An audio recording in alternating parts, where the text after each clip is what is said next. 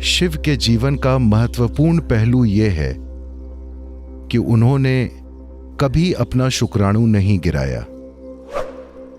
तो हमारे पास चमड़ी है, हमारे पास चमड़ी के ऊपर की कोशिकाएं हैं, हमारे पास बाल हैं, हमारे शरीर के अनेक पहलू हैं। इन सारी कोशिकाओं की कुछ न कुछ क्षमताएं हैं, लेकिन सीमन की क्षमता का स्तर जबरदस्त है। केवल सीमन के साथ ही नहीं, अपने मन और शरीर के हर आयाम को आप किसी जबरदस्त चीज में रूपांतरित कर सकते हैं।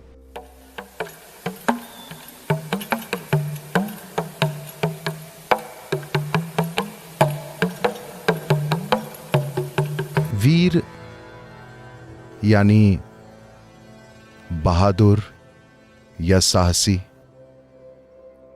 वीर शब्द असल में वीर्य शब्द से बना है। वीर्य का अर्थ है शुक्राणु, यानी वो बीज जिससे मनुष्य का जन्म होता है।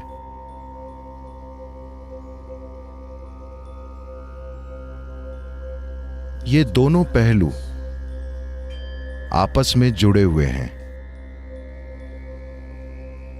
यानी शिव के जीवन का महत्वपूर्ण पहलू यह है कि उन्होंने कभी अपना शुक्राणु नहीं गिराया।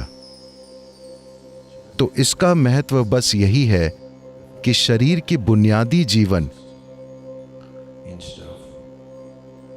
ऊर्जा को शारीरिक रूप से बिखेरने और बच्चे पैदा करने के बजाय उन्होंने उसी ऊर्जा का इस्तेमाल चेतना के शिखर पर पहुंचने के लिए किया। उनकी ऊर्जा सिर के ऊपर से बिखरती है। किसी भी योगी को तब तक योगी नहीं कहा जा सकता जब तक कि वे अपने सिर के ऊपर से ऊर्जा नहीं छलकाते। जब कोई इंसान बच्चे पैदा करने की प्रक्रिया में शामिल नहीं होता है, तब स्वाभाविक रूप से उसका शरीर से लगाव बहुत कम हो जाता है।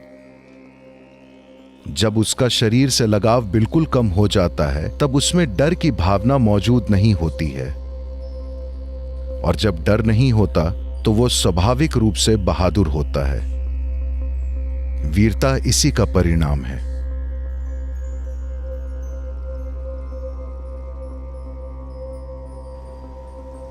देखिए, आप जानते हैं कि आपकी शारीरिक मौजूदगी का आधार सीमन या वीर्य है। आप चाहे पुरुष हो या महिला, आपके शरीर को बनाने के लिए जिम्मेदार सामग्रियों का 50% ये है ना?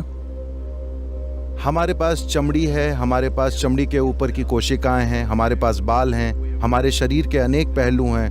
आप जानते हैं, दिल, गुर्दा, लिवर वगैरह वगैरह। अपने आप में इन सारी कोशिकाओं की कुछ न कुछ क्षमताएं हैं, लेकिन सीमन की क्षमता का स्तर जबरदस्त है। ये एक पूरा नया जीवन बना सकता है। आज आप त्वचा की एक ऊपरी कोशिका को लेकर प्रयोगशाला में बहुत कुछ कर सकते हैं, और शायद हम आपका क्लोन भी बना दें। तो क्षमता यहाँ भी है, लेकिन इसका स्तर उन कोशिकाओं के स्तर जैसा नहीं है जिन्हें आप सीमन या वीर्य कह रहे हैं। So in the yogic culture this is called as virya. तो योग संस्कृति में हम इसे वीर्य कहते हैं। वीर्य को हम वज्र भी कहते हैं, जिसका अर्थ है स्थिरता या हीरा, जो सबसे कठोर चीज है।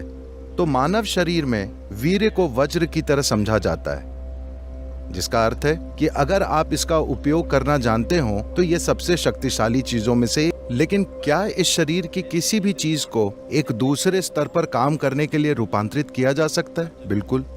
ठीक ऐसा ही हर चीज के साथ होता है। केवल सीमन के साथ ही नहीं, अपने मन और शरीर के हर आयाम को आप किसी जबरदस्त चीज में रूपांतरित कर सकते हैं। या आप इसे साधारण बना सकते हैं, या आप इसे गंभीर समस्या में बदल सकते हैं। जीवन के हर पहलू को ऐसा ही जीवन के इस पहलू के साथ भी होता है।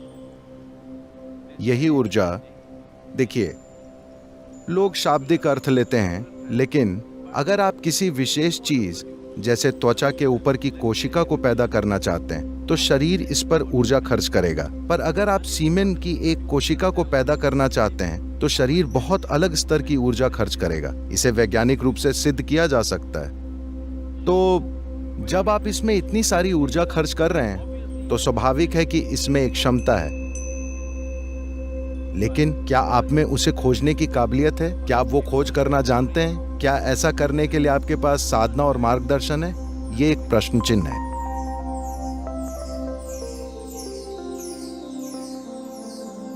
उदाहरण के लिए कोई माउंट एवरेस्ट पर चढ़ाई करना चाहता है, ठीक है? वो सालों तैयारी करता है, शायद पूरी जिंदगी तैयारी करता है। And then he is in the harshest of climate. फिर वो बहुत कठोर मौसम में जाता है, जीवन का हर सुख छोड़ते हुए। सुविधाएं, परिवार, समाज, हर उस चीज का त्याग करता है जिसे आम लोग आमतौर पर पाना चाहते हैं, सिर्फ पहाड़ पर चढ़ने के लिए।